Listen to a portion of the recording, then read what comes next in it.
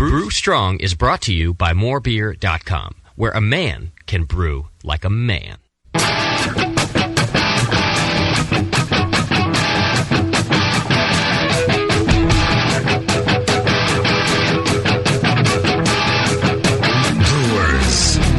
It's time for the beer radio you've been looking for.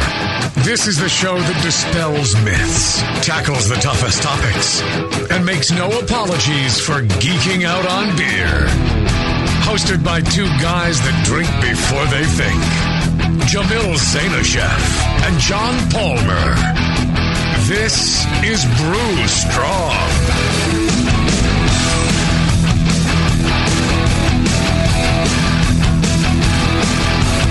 Hey, howdy, hey, my brewing brothers and sisters. Greetings, my master. Hey, everybody.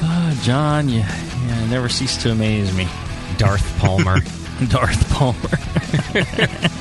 I'm sure one of these days I will. You'll cease to amaze me? Yeah. Well, yeah, I'm looking forward to that.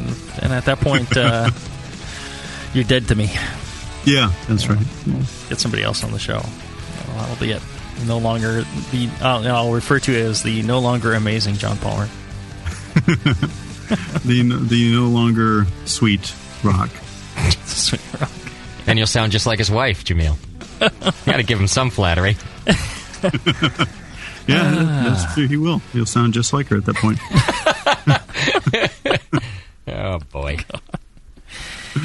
Oh, poor John. Yeah, since the last time we were on the air. Since the last time we were on the air, I went up to the Northern California Homebrewers Festival. It was a lot of fun. I bet that was. I wanted to go to that, but schedule was always difficult. Right. We were trying to work out where you'd fly up and then we'd drive up together and hang out in the Pope Mobile and experience the wonder that is the NCHF.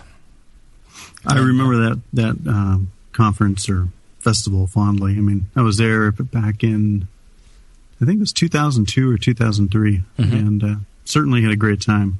Yeah, it's a blast. And they do that fancy beer dinner with Sean Paxton. Yeah. On Friday, and that's always amazing. I always end up leaving going like, oh my god, I can't believe I ate that much. Kind of stagger back to the RV and pinch off a big one. And oh, I thought you were just going to lean over the sink or something. And go to bed. Yeah, I missed it for the second year in a row, and I used to never miss it. Really like it. The best part about it really is Paxton's dinner. But those clubs are just so cool. I mean, a lot of beer events. It's the beer that makes the event, but there, to me, it's the clubs, man. Those clubs are so much fun. So cool. The booths they set up and everything. Yeah. Sorry I missed it. I'll be back next year. What were you doing? Getting ready for GABF? Yeah, exactly. It was too much. I just couldn't fit it all in. I would have screwed up GABF, so I decided to skip out this year. A weekend before. I tell you, it was just blazing hot. It was, oh, really?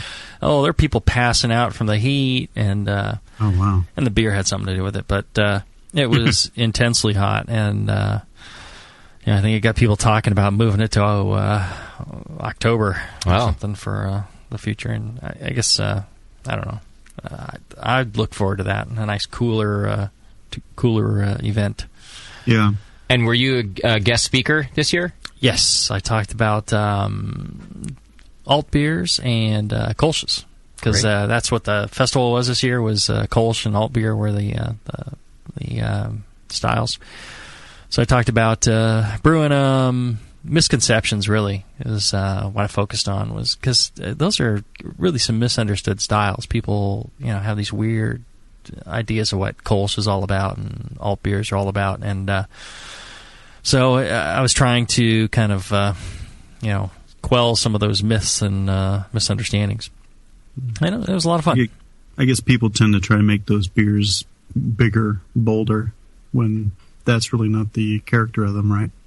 Yeah, or they have just weird misconceptions like all alt beer is intensely bitter, right. Light colored ale, and it's not. It's there's plenty of examples that are not nearly that bitter. I mean, they've got a bitterness to them, but it's really fairly subtle overall. And, it's more of a balanced beer with, and there's, much darker versions than you would think, according to, at least the old style. The new style guidelines are much better about it. And, same thing on Kolsch. People, I ran across people a while ago that they thought Kolsch should be, intensely sour, or not intensely sour, but it should have a sourness to it. Should have a tartness because it always has wheat in it. And it's like both of those statements are so wrong on so many levels as far as wheat making a beer sour, which it doesn't, and Kolsch always having wheat, which it doesn't, and Kolsch being tart, which it isn't. So a lot of misconceptions. Right. It's just like, what the hell? How were the homebrewed examples that people made for the festival? Pretty good. Doc had a really good one. That Kolsch? Yeah. Mm-hmm. Tasted Doc's Kolsch I like, and that was one of them. I told him to serve that as a sample while I was talking. Oh, cool. And I don't think it was flawless, but it was really good. I think there were minor things that you might tweak to it, but other than that, it was really fantastic. Okay. And then alts were much harder to come by. Yeah. I'm picky about my alts. It's your fault. I love that style. You turned me onto it the first time, and now I'm real picky about them. But I love a good alt, man. Yeah. If they do it well, it's such a good style. Oh, yeah. It is fantastic beer. Yeah. Well, and, in order to drink that beer, you got to serve it, right? So today we're talking about serving beer, dispensing beer, and we had a listener that he called in and asked us a question about serving beer. Hey, Jamil and John, this is Steve Arnold calling from Fort Smith, Arkansas, home of the River Valley Ale Raisers Homebrew Club, and I have a question about kegging and about the perfect pour. And here's the question. I've been kegging for about 5 years, and I started off as just a short length of hose, and I read some stuff in Dave Miller's book about how you could have a longer hose and it would bleed off pressure off of the beer, and you could keep the beer under pressure all the time, and that's how tap systems work and all that. So I've done a little bit of experimenting myself with length of hose, temperature of the beer, and how much I still am having trouble getting that perfect pour.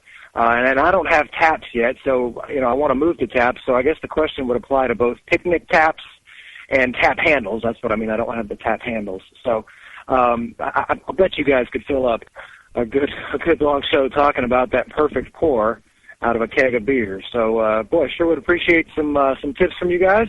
Thanks a lot, and love the show. Brew strong, guys. All right, thanks, Steve. That's a good question. I think another man with a short hose problem. Right. Yeah, apparently size matters when you're talking about the size of your hose for dispensing beer. And the handle. Yeah, and the handle. What kind of knob you put on it. Well, and let's do what we always do. Let's start off with John. Describe for me what is, you talked about the perfect pour. What is the perfect pour? What are we trying to achieve? What should it look like, taste like, what? Well, what you're trying to achieve is a beer that pours without excessive foam. Mm-hmm. You want to pour a beer with a nice head on top of it, but not one that's all foam, no beer in the bottom of the glass kind of thing, mm-hmm. running over the sides. And you don't want it to pour still either. Mm-hmm. You want to get a good balance of agitation and foaming while the beer is pouring. So you have aromatics and about an inch of head on top of the beer as you bring it, take mm-hmm. your first sip. And that would be for your average, like, American craft beer type of style of beer. Right. Obviously, if you're doing something like a British pub beer, head is a no-no almost. Tiny head, because that's ripping people off. And if you're doing something like a German Heffa, maybe a bigger head on that, right? Right. And they'll, I guess you can really get into different pouring techniques. I mean, in Europe, it's very common to pour the beer with a significant amount of head, and then scrape that off. Cut it off, and then pour again, to bring it up. Make it crown beautifully. Yeah. Yeah, it's like an art, and I'd say as far as a perfect pour, like you said, you don't want excessive foam, you don't want lack of foam, you don't want you don't want to make a mess, you don't want to waste a lot of beer. It's appropriately poured for the style beer, and when you do have foam, that's a nice tight controlled foam that. You can either have more or less or whatever it is you need to be. Make sense? Yep, sure does. Okay. Why don't we do this? Why don't we take a short break? And when we come back, we'll get into how you get your hose right to give you the right pour. Back after this.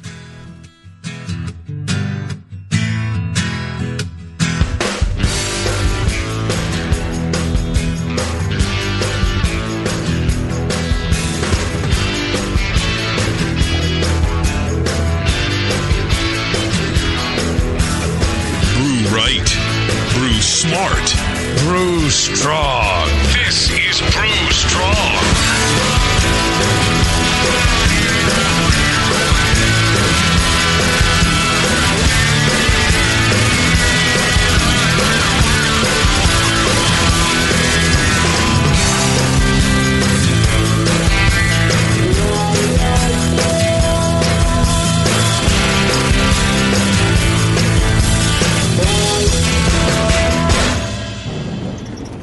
Regan, I am so excited to be going to Oktoberfest for the first time. Thank you so much, man. Yeah, no problem, dude. But it's Oktoberfest. Ah. I better brush up on my German. Regan, this isn't the airport. You can fly, drive, walk, or click, mein Freund. There's all kinds of ways to get to Oktoberfest. Regan, we're in the middle of an oak forest. I swear, if I hear a banjo, I'm out of here. Boys, over here! We're about to tap my barrel! Yeah! Gross!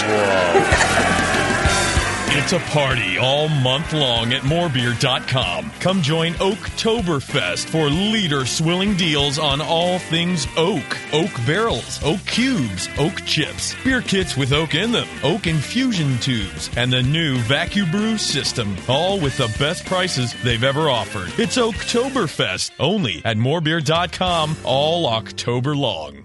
BN Army members, are you looking for an even better deal on hops? Keep listening. Nico's Homebrew Supply at nicobrew.com has hops by the ounce and by the pound. Nicobrew.com will be running their biggest sale on hops yet, with 19 varieties for only $19 or less per pound. Varieties like Cascade, Centennial, Willamette, and more. The sale begins October 11th and runs through the 29th. Be sure to use coupon code BNARMY to get these awesome prices. Whether a couple ounces at a time or an 11-pound bag, all hops are shipped vacuum sealed and frozen straight to you. And $5 flat rate shipping includes all 50 states. And for hops, that means you too, Alaska and Hawaii. The staff at Nico's Homebrew Supply loves to brew and is committed to keeping homebrewing affordable and accessible to anyone who wants to join in this great hobby. Remember coupon code BNARMY for the Brewing Network discount. Visit nicobrew.com. That's Niko brew.com. Nicobrew.com, your bare bones buddy in the brewing business. Hi, this is Push from the Brewing Network, and I want to tell you about the Brewmaster's Warehouse and how you can get 10% off your next order. I'm a pretty techie guy, but I've never seen an online store like this. It's awesome. Go to brewmasterswarehouse.com and click on Brew Builder. You can whip up a custom recipe so easily even Sven could do it. Seriously, it's slick. You can share your recipe with your own logo and notes to the Brewmasters database if you want. And the best part, it keeps a running tally of the beer you're building while you're doing it. Then bam, click Buy Recipe and your cart is filled and ready to go with helpful suggestions in case you forgot something. This thing is amazing. Brewmasters Warehouse is run the way a home brewer would do it, with great service, fast turnaround, and $6.99 flat rate shipping. Brewmaster's Warehouse and the Brew Builder blew me away. Check it out today at brewmasterswarehouse.com. I'm serious. And don't forget to put BNARMY in the discount code box for 10% off your order. Check out brewmasterswarehouse.com. Cheers. This is www.thebrewingnetwork.com. Sit down next to it, grab yourself a paper towel, and watch those yeast have sex. You're listening to the Brewing Network.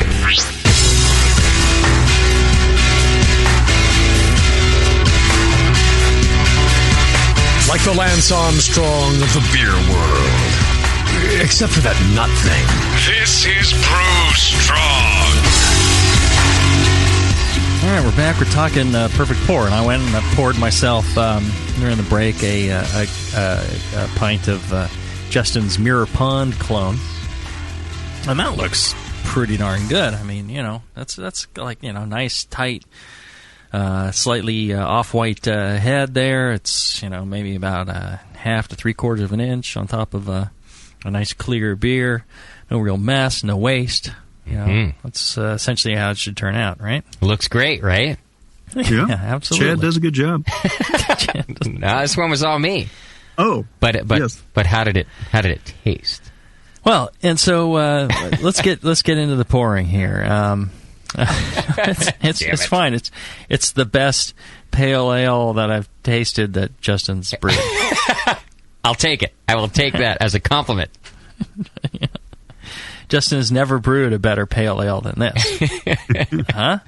That must be something to taste. Indeed. It is, yeah. Palmer. You dick. All right, so we're talking about... So we've kind of identified what a perfect pour we're looking for, and that can vary by style. And, so you're going to vary your carbonation. But let's focus first on just... pouring a perfect American craft brew pint as our hypothetical here. How do I get started, Palmer? How do I I've got beer in a keg. I've got a picnic faucet and some hose, that I bought down at wherever. Well, the first place to start is getting the right carbonation level for the style. Okay. And you should also be serving that beer at the right temperature for the style, because you don't want to overpressurize your keg and compensate with the beer line and then pour a beer that's too carbonated for the style. That's not going to be doing that beer justice. Mm-hmm. Likewise, undercarbonating, trying to keep the foam down, you're not going to do that beer style justice. So, the place to start is with the right carbonation level, the right serving temperature for the keg. And now you want to balance that by running it through the proper length of beer line.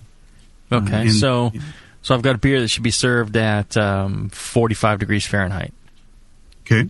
And I've got, I need 2.5 volumes of CO2. Okay. Okay. Well, you can go to Appendix D of Brewing Classic Styles. Uh-huh. And there we've got a chart that will show you the right keg pressure to achieve 2.5 volumes at 45 degrees. Okay. And that that's your first step, is dialing in the keg pressure itself. Mm-hmm. Now you want to say, okay, I've got that. You look at that chart that works out to about 15 psi. Okay. So you're going to want to put enough beer line in place between the keg and your little Cobra picnic tap, or your draft system, say mounted on a refrigerator or something. Mm-hmm. You're going to want to put in enough beer line to equal about 12 to 15 psi. Okay. You don't want to go over, because then your beer is going to pour sluggishly, and you're not going to get, you're not going to get the kind of pour you want. But you want to get at least balanced, or maybe at 15 or slightly under that. Now you say you want to have the right amount of line. Now, so what the line does, the beer passing through it slows down the beer. It helps, provide some resistance. What exactly is happening there that is important to getting the right pour? It's flow resistance. It's the amount of liquid you've got to move, the weight of that liquid, with respect to gravity. I mean, are you drawing the beer up from your basement, or are you just, or is there really no difference in height between the top of the keg and the tap handle, okay, or the tapper? In my keg fridge, the tops of the kegs are even with the wall penetrations of the faucets. So I'd say that's perfectly level all the way across. So if I'm doing that, I don't have to count for any sort of gravity or any force of gravity, right? Right. What kind of length of tubing am I talking about to serve this beer at 45 degrees Fahrenheit and 2.5 volumes of CO2? Okay, well, your different beer lines have different amounts of resistance. Okay. The smaller the diameter, the higher resistance to flow it will have. And, you can picture that by, drinking a soda through a coffee stirring straw versus a regular straw. It's harder to draw the liquid through the smaller diameter. Mm-hmm. So a 3/16 inch ID vinyl beer line has about 2 to 3 psi of resistance per foot. So if if we're trying to balance this system, we want to get about 15 psi. Mm-hmm. Let's assume there's 3 psi per foot. You'd need 5 feet of tubing to equal that pressure, mm-hmm. And that will allow the beer to pour without foaming excessively. Mm-hmm. Now you can if it's not pouring quite fast enough at 5 feet, you can cut off 6 inches and try there, and that decrease in pressure drop by removing that section of tubing will help the beer flow faster. Mm-hmm. You get a little more aggressive pour, so you can fine tune the length of beer tubing you use to get a particular beer to pour right. Mm-hmm. Well, it seems to me then that the larger the ID inside diameter of the line you're using, the less resistance there is. And you want a certain amount of resistance. So it seems to me I'd want to use the smallest diameter line I could, because that's going to give me enough resistance to match what I'm serving at, and I don't have to use as long a piece, so I don't have as much beer sitting in the lines. I don't have as much expense of buying a really long line.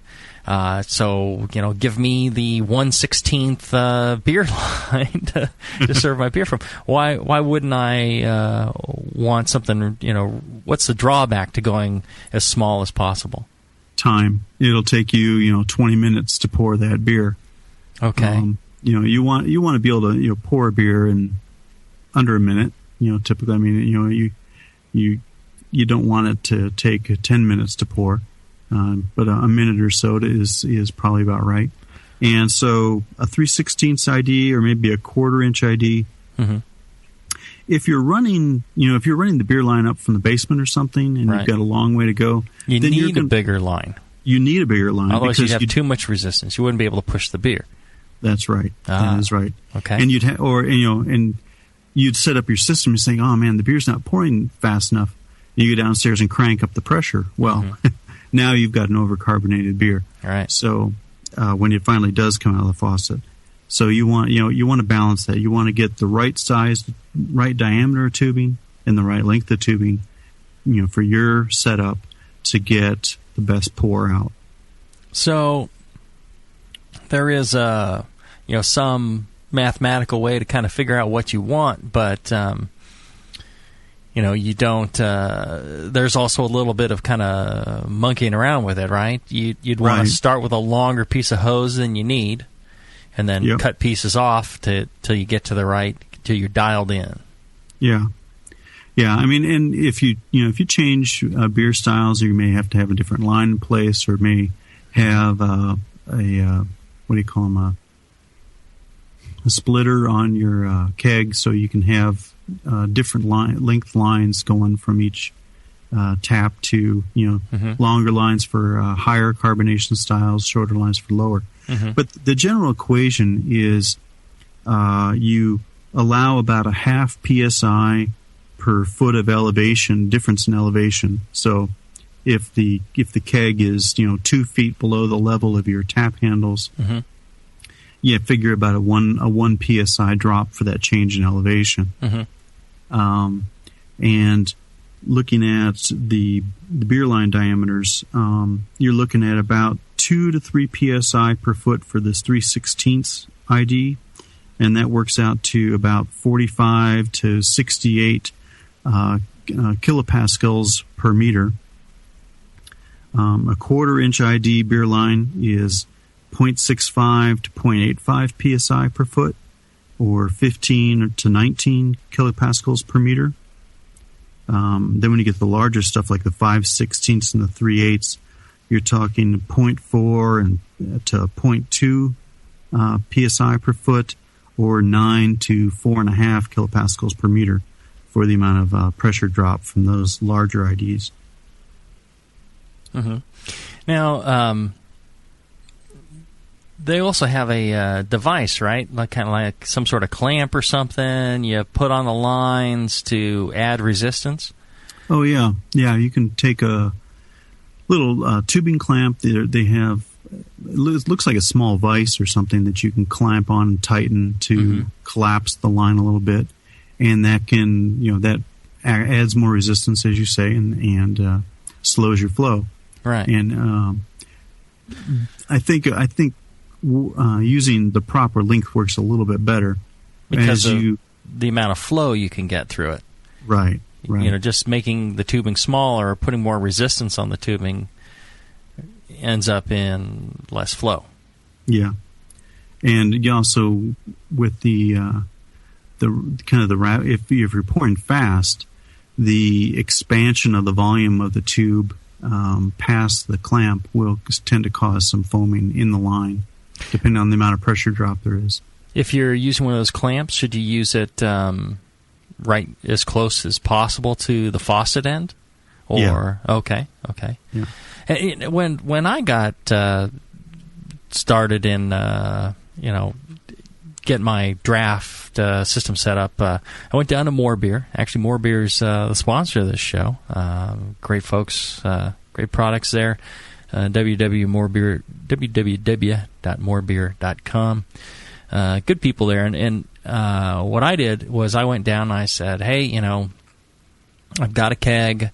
I've got a Cobra tap. It's a little plastic head. They call them Cobra taps. Those little black plastic things with a little lever on them and a piece of tubing. And I've got a CO2 keg. I said I want to set up a fridge so I can go, have faucets on the outside with a nice drip tray and all that, get me started. And talked to Chris Graham down there. He's like, okay, yeah, here's what you need. How many faucets did you want? And I wanted 4 at the time. I think I used 1 or 2 now. I mean, you always want more than Yeah. You don't realize that you got to clean all those and you got to keep them all, serving beer. And then, a drip tray. And then when it came to the beer lines, he's like, okay, and he just, they have this nice silicone tubing that they use, a soft tubing. What's nice about it, it's real flexible. And they have that as an option for beer line serving. And he just stretches it out on his arms, to about 5-6 feet, and he says, "Here you go," and whips me off 4 pieces of that, and he says, that should be about right. And I'm thinking, oh, okay, and sure enough, I really haven't had to monkey around with those much. And was Chris just lucky? Did he really know? Or is that something that the average brewer can do? Can you just go down and say, hey, and stretch out your arms and say, okay, that's about 6 feet, and or 6 to 5 feet, and that should get me pretty close to that will get you pretty close. I mean, if you think about our example that we talked about, the 2.5 volumes and the 45 degrees serving temperature, that's common to a lot of styles, at least styles the way that a lot of American homebrewers brew them. Right. So yeah, that works out to about 15 psi, like we said, and at 2.5 to 3 pounds psi drop per foot on a 3/16 beer line. 5 feet to accomplish that. So, yeah, that's a good starting point. And really, it seems to me the only reason you would want different length beer lines would be if you have different levels of carbonation in your beers. Right. Or different temperatures on your beers. If you're serving all from the same fridge, and they're all at the same temperature, and you only have one CO2 regulator, so even if you've got a manifold that's splitting it out to multiple kegs, right. If you don't have multiple regulators dialing in different pressures, then they're all at the same pressure, they're all at the same temperature, they're all going to require the same length of beer line to serve. It doesn't matter what the style of beer is. It really, what matters is temperature and CO2 pressure. Isn't that correct, John? That is correct, yeah. And then you balance that out with whatever diameter of line you're using and the length of the line. They would never be different because you're just going to either not get beer out of the end of the faucet, or you're going to end up with something that's real foamy. So once you get that balance for that temperature and pressure, that's it. Now, if you have most people wouldn't be serving from out of the same faucets from different temperatures in the same fridge. So really, dual regulators, like you're saying, you could run one at 15 psi. And let's say I want to do something a little more British. I'm not going to worry about the temperature at this point because once I pour it, I can let it warm up and play with it and sip at it and all that. So let's say I want to do something British at maybe 1.5 to 2 volumes. What kind of psi am I looking at there at 45 degrees? Hang on, grab the book. For you folks at home, get yourself a copy of Brewing Classic Styles. You can pick it up at morebeer.com, or better yet, you can also pick it up at the Brewing Network, in the Brewing Network store, and you get them signed. You pick them up there. Yeah, for 45 degrees, and looking at about 1.7 volumes of CO2, you'd be looking at 5 psi pressure on that keg. 5 psi. So the American style craft beer, we're going to do it at 15 psi, and if we have one of these multiple regulator jobs, you can pick that up at morebeer.com. They got all this stuff to do any sort of distribution system, and they can do some high-end stuff. You'd want to set that second regulator at 5 psi. Now, if I set the second regulator at 5 psi, what happens to my line? If I've got 3/16, then I'm looking at maybe 2 feet of line. Yeah, that's pretty short. Right. You're not going to be able to open the door very well. Right. So I should maybe go up to the 1/4 inch. Yep, go up to the 1/4 inch, and then you'd be somewhere around 0.85 psi per foot, and then you could have the same 5 to 6 foot line, and be dropping just that 5 psi of pressure. And you want to don't necessarily match if you need to counter 15 psi of pressure.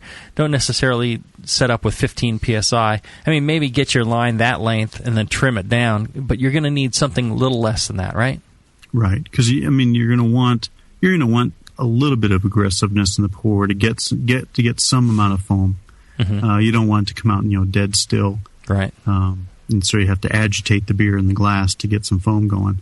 Well, one thing I'll do is, when you serve, and this is also part of a perfect pour, is you pull those valves completely open as quickly as possible, all the way open. Yeah. And because if you open part way, it tends to generate foam.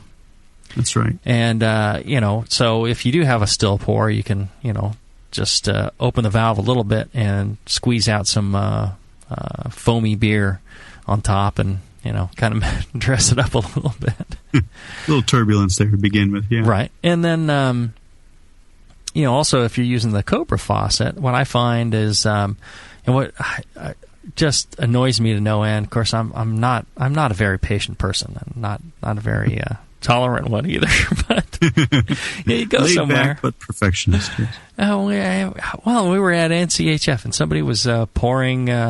So they had some kegs of. They do this big competition thing where each club submits one version of alt beer, Kolsch, and everybody tries them and votes for them blind, and see who the winner is. And so they get some kegs there in ice that they've got Cobra faucets on. And some guy, he's holding it up at like eye level, and he's trying to pour this thing, and the beer is just barely coming out of the end of the Cobra faucet. And I'm like, just lower it down, it'll go faster. I'm waiting for my beer too. I'm like, just little lower, And it was totally lost on him. He wanted to watch it pour, and I'm like, we're going to be here 15 minutes if you don't lower it down so the beer comes out. So that's that gravity thing you were talking about, how if it's raised up a couple of feet, that adds a certain restriction as it's well. It's about a half PSI per foot. Okay, so right there he was probably a PSI and a half over what was balanced for that length of line and the beer and all that. And, if you just lower it down further, if you go down below the keg even, the beer pours much faster. That's right. And so, that's something I guess you can do to kind of counter, improper line. Or, a lot of times you're using Cobra taps, and it's just because that's what you got, and you're on the road kind of thing. You're at a party or something, and that's the thing. Given that, should I set up, I've seen these really short faucets. It's like a keg fitting and a faucet on it. And, you put that on a keg. That looks real fancy, and it's nice to have it set up that way. But, how do you balance out the CO2 and all that? Well, I guess that's where you're using your smallest diameter line that you can get. Mm-hmm. You can also get stainless steel, direct connections, which are 1/8 inch. But there, I think what you're probably doing is lowering the overpressure on the beer. And I guess that's a technique I've seen several times where people give the keg just a burst of CO2, and then they take the CO2 off the tank. Mm-hmm. And so as they pour, the overpressure drops in the keg, and now you're only pushing the beer with 2 or 3 psi rather than the 15. And that works for an afternoon, but with time, of course, the keg is going to reestablish some equilibrium, and the carbonation is going to come out of the beer to equalize the pressure in the headspace. So keep bleeding it off in order to do that. Right. Yeah. So okay. Well, let's take a short break, and when we get back, we'll get into more Perfect Pour back after this.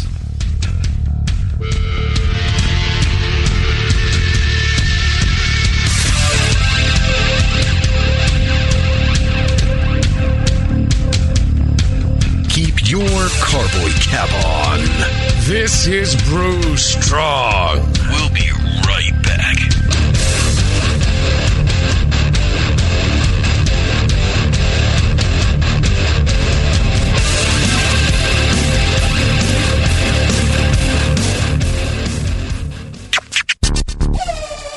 Nico, listen, our lawyers said that we had to do this for 1 hour, and after this, we don't have to talk to each other for 3 more months to the next meeting. Kids, come on, let's get out of here. I'm supposed to have more lines. I'm the professional. Hey, it's Sully. And I'm Nico. And we opened the 21st Amendment 9 years ago at 563 2nd Street in San Francisco, just 2 blocks from Giants Park, to make great beer and have a great time doing it. That's right, because to us, the 21st Amendment is more than just the right to make beer. It's the right to experiment, to be innovative, and just do things differently. And so now, we're putting our craft beer in cans. That's right, cans. You can find our world-famous Hell or High Watermelon Wheat Beer and Brew Free or Die IPA throughout California and Alaska. And now it's also available on draft at select accounts in the Bay Area. So next time you're at your local neighborhood pub or good beer store, be sure to ask for 21st Amendment in cans. Because everyone likes it in the can. Tasty crack cans. Tasty crack cans. You're listening to the Brewing Network.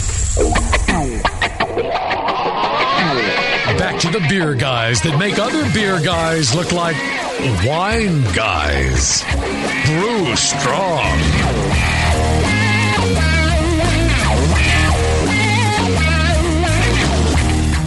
Okay, we're talking the Perfect Pour, and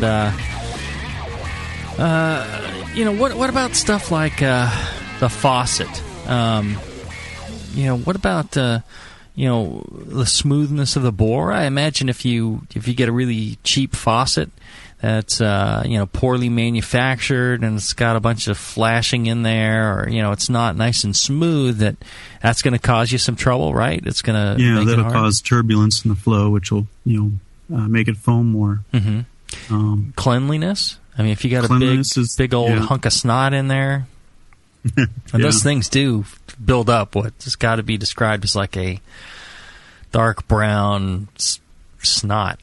Right? Yeah, greenish, or sometimes it looks like algae. Sometimes it looks just like snot. It can be brown, but you see that kind of thing flip into your beer as you pour. It's like, oh, okay.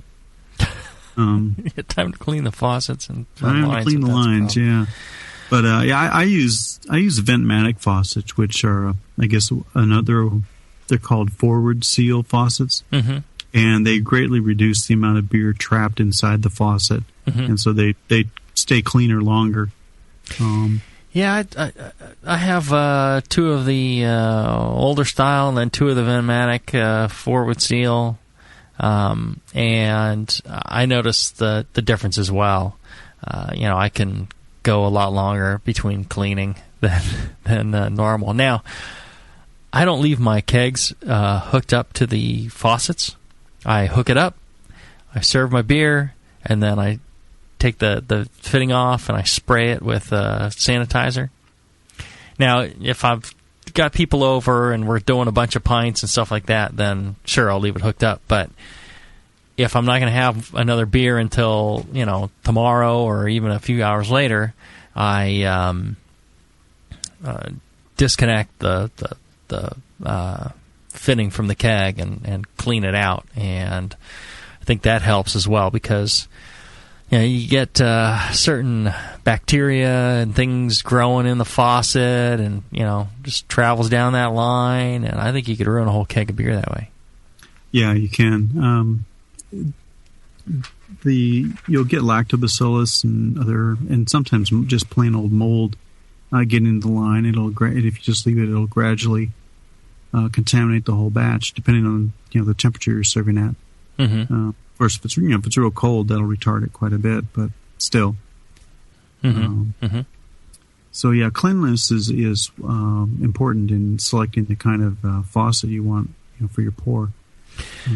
Well, and so you could have the right length of line. You could have the perfect level of carbonation, perfect temperature, and then a really cheap faucet that's poorly made could cause a problem. Or you haven't cleaned the faucet in quite a while, that could cause a problem. That's what you're saying, right? Right. Yeah. I mean, if you're gonna spend the money on and the hope on putting in a keg system for yourself, do yourself a favor and make sure you get a good faucet. If you get a cheap faucet, that can just make the whole thing seem like a big problem, and you're not going to be satisfied with it. But a good faucet and the right length of line, and you'll have the perfect pours. You end up forever monkeying around with the lines, and that's not really the problem.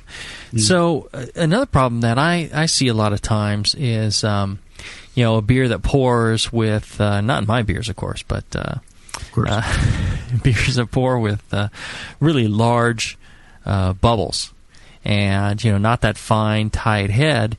You see just a bunch of really large bubbles that dissipate really quickly, and all the CO2's gone, and the beer's flat, and there's no head. And what kind of problem is that? I would say that's more of a beer problem.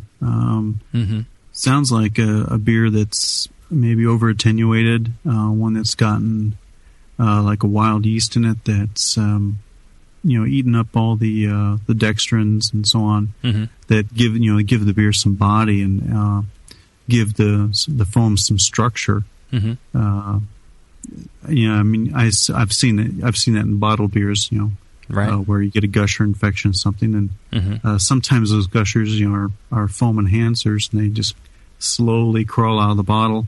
And other ones are, just fizzy like soda pop. So you can get the same kind of infections in kegs and in your beer lines. Mm-hmm. And I would say that that's probably not the equipment's fault. It's probably contamination, when the keg was being filled, or contamination at the valve, mm-hmm. or the faucet. I mean, and it's gotten into the beer. So something like pediococcus with its sliminess can add some that'll add some head retention. And but other things, they eat up all the dextrins, and you end up with those large bubbles. The other thing I've seen that can cause those large bubbles, even in a beer that isn't necessarily contaminated from the start, something with a lower gravity and like you're saying, lower dextrins and lower proteins and things like that, and then particulate matter. So you'll be using something like a darkly kilned malt. That when it's milled, it gets real powdery. You get those real fines, that fine dust that gets in there, and it takes a long time to kind of settle out. And initially, those act as nucleation sites for the CO2. It forms a larger bubble. It dissipates quickly, and you end up seemingly with a thin beer with no head and large bubbles. And the thing I found will solve that is just giving it time for all those fines to settle to the bottom of the keg, and then the head retention seems to come back and seems all right. Yeah, that's right. That's what would happen. Yeah. Okay. Well, and so there are dispense problems that can occur, not necessarily from the equipment, but from the beer, like you're saying. There's a beer problem, right, for some of these. Okay. Do we have any questions from the chat room? Well, let's do this. We need to take one more break, and if we've covered everything we need to cover, we'll take a short break, and we'll have your questions after this.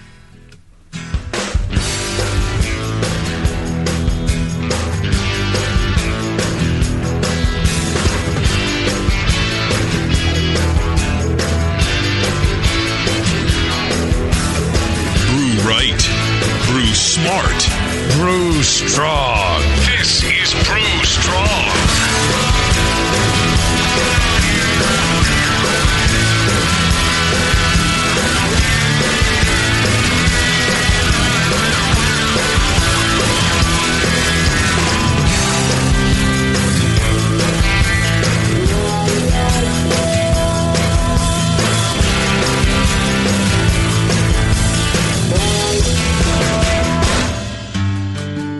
Williams Brewing is your online resource for prompt delivery of quality home brewing supplies. Since 1979, Williams Brewing has offered the finest equipment and freshest ingredients and the best customer service in the business. Cut hours off your brewing sessions by using one of their 11 varieties of famous Williams malt extract. Their Williams German Pils is mashed with pure German Moravian 2-row barley malt for a light blonde color and malty crispness you just can't get from other extracts. Or check out their unique fermenters, draft beer equipment, bottling aids, and more.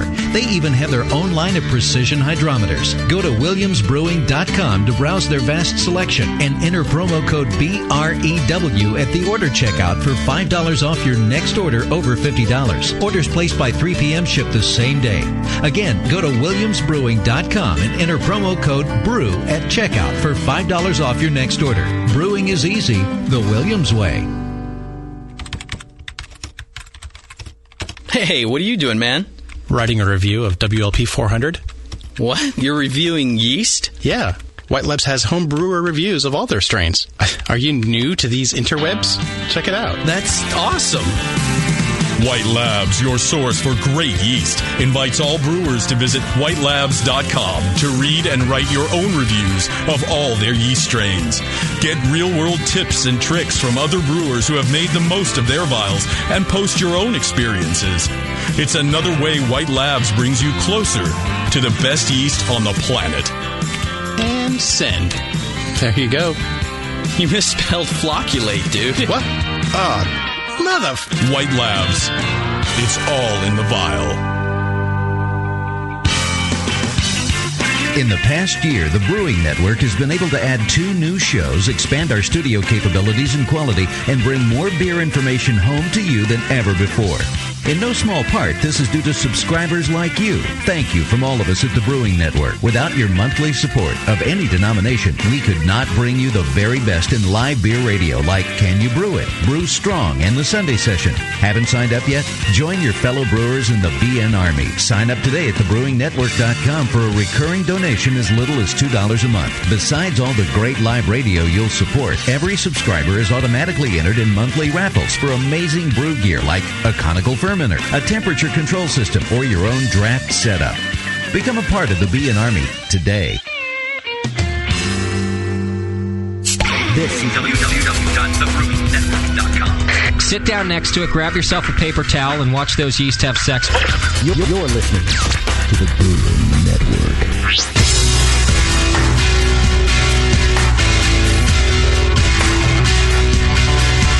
Like the Lance Armstrong of the beer world. Except for that nut thing. This is Brew Strong.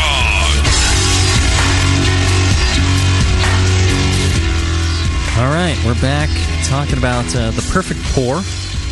And I assume we have some questions from the chat. If you're listening live, which you can do, all these shows are done live. That's one thing about the Brewing Network. All these shows are done live. They're not edited. It's what you see is what you get, and you can actually listen live at thebrewingnetwork.com, and you can actually participate in the chat room. Click that Chat Now button, and you can join in and talk with other like-minded people and ask questions and give feedback on the show, all as it happens. Yeah, and we do have a few people in the chat room today asking some questions about this popular topic.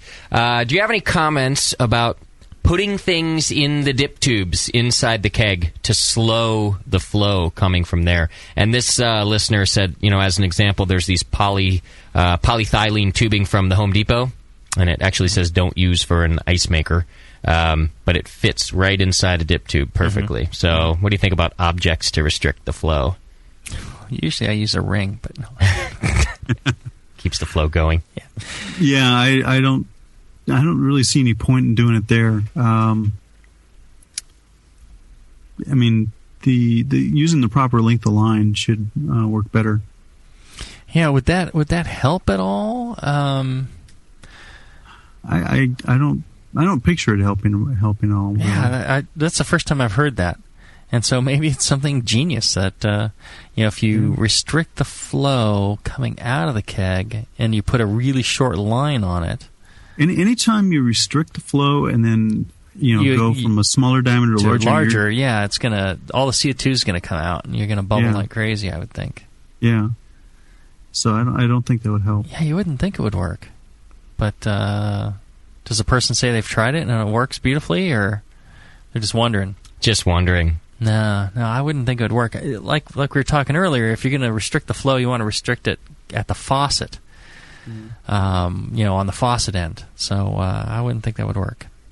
There's I was reading a comment this morning on polyurethane tubes, that they tend to be porous, or not porous, have a rougher surface, and so there's more toeholds for bacteria to get settled into the tube. So I guess what I'm trying to say is a higher risk of contamination from a polyethylene versus the typical vinyl or PVC lines that we see used for beer tubing. No, everything that you buy at the Home Depot is sterile. I don't think that's a problem at all. No, it's the property of the material itself that the surface is rougher. Right. And there's a real neat publication called the Draught Quality Manual. It's available from the Brewers Association here in the United States, and it's available at www.draughtquality.org, and it's available as a PDF file that you can download, and it'll give you a lot of information on basically professional tap systems. If you're operator brew pub or restaurant, for setting up jockey boxes and long lines from your kegs in the basement to the tap room. But lots of good information there for the home brewer as well on pressure drops from lines, the different kinds of lines you'll see available. Mm-hmm. And there's even some that are called barrier lines where you have they've been polished on the inside to reduce the for the same diameter, you'll have less flow in a barrier line than you would in a regular line, so you can use them to run longer distances. So www.draughtquality.org, Draught Quality Manual from the Brewers Association. Lots of good info in there. Okay. I have a question. Is draught and draft like tomato, or is there, and I'm being serious, or is there you could say draft, even if it's spelled with a GHT. So, because some people do say draught, as Palmer does, and others say draft, but there's no standard? It's tomato. Could be. I've always, I mean, this is one of those things my wife always criticizes me about. She says, that's not how it's pronounced, but you never hear anybody pronounce the word. You just read it all the time. So right. Draught, it's spelled draught. You're right. But I suppose it could be pronounced draft. Okay. I'm just curious. I don't know. Yeah. All right, here's one that really bugs the hell out of me. It's moot. It's not mute, It's a moot point, not a mute point. Oh, yeah. Jesus Christ. People, Yeah. Anyway, that's a different word. But is that spelt M-U-T-E when you say the point is moot, or is it M-O-O-T? O-O-T. Right. Yeah. So that's just stupid. Yes. We should start telling people that. Yes. All right. Here's a good question from the chat about cleaning. They want me to ask you guys about tap faucet cleaning practice at the appropriate times, and in particular, when not using your draft system for a couple of weeks. Oh, yeah. So the way that I like to clean the faucets is at More Beer they have a faucet cleaning kit. If you've got taps and all this, or the faucets built into a fridge or something like that, and what you essentially do is you can hook up this. You remove the faucets, drop in a bucket of beer line cleaner or PBW. I use beer line cleaner, and then just pump it through the lines back into the keg, or you can fill up a keg with beer line cleaner, some warm beer line cleaner, and then put CO2 pressure on that and force it through, and then back out into another bucket or into another keg, and then just keep recycling it like that through your various faucets and lines. My theory was you could always hook up, like a sump pump, and put jumpers on your faucets, go from one, out of one, back into another, and through your lines and all that. You could kind of piggyback the whole thing together, and then just run this thing and back into the bucket and just let it run for a while, and then run clean water through, and then run some line cleaner, sanitizer, and that would probably be ideal. And they have actually for commercial setups and longer lines, they have something similar to that, which is a pump, and they have these little balls that are made of, I don't know, they're foam or something like that, and you put these balls in, and it pumps these balls through with the cleaner through your lines, and essentially scrubs the interior of the lines. Yeah, I've heard of those too.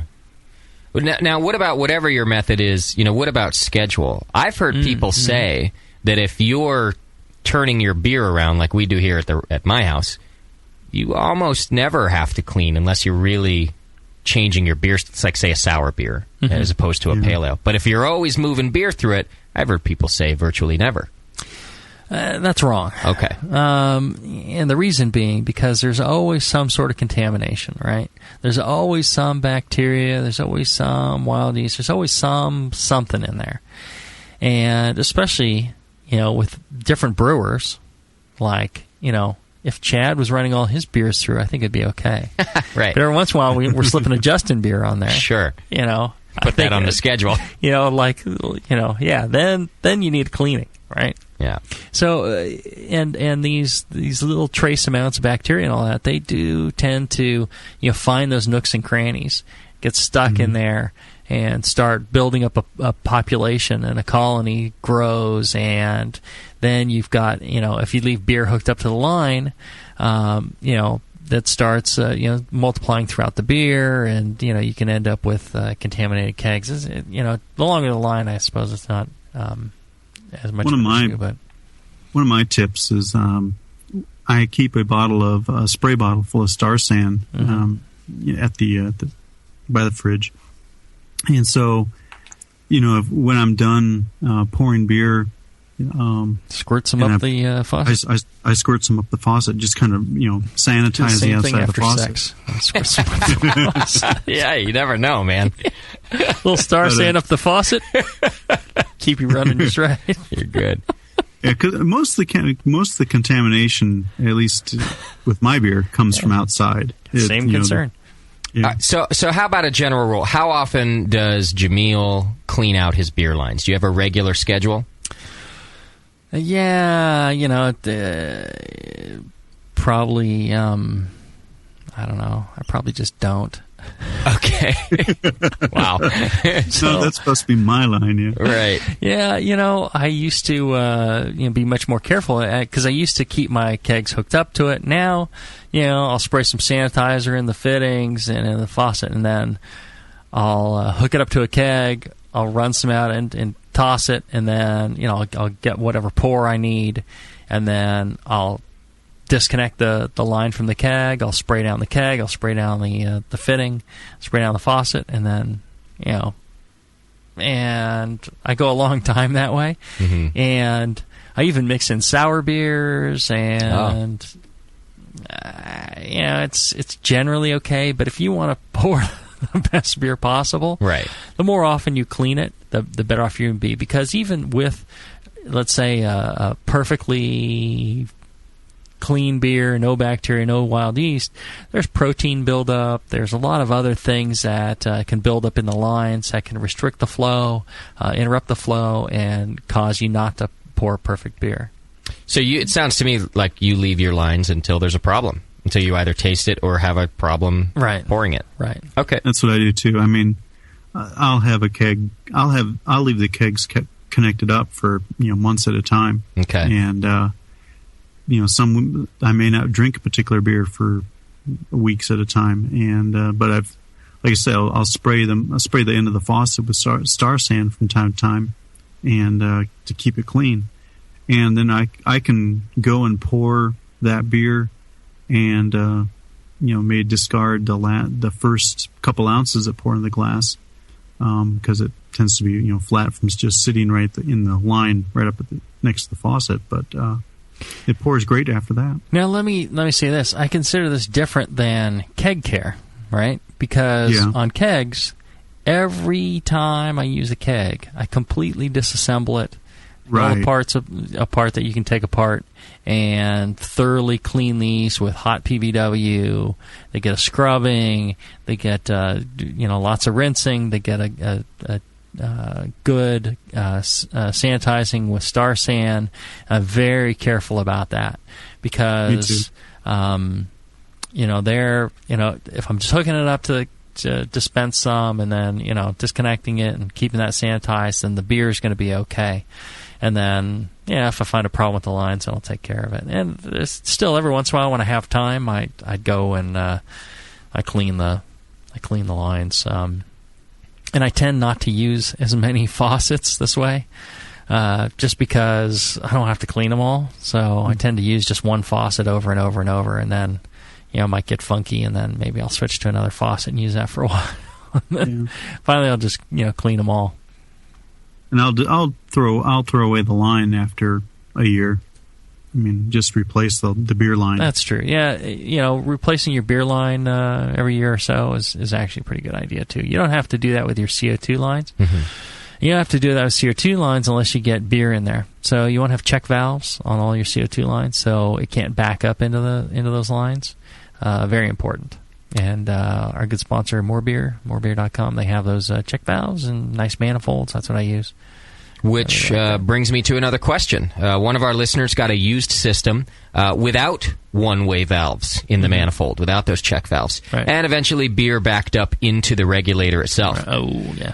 Says he now has another one, so he's okay. But what is there anything he can do with his old one that didn't have the one-way valves? Can it be refurbed?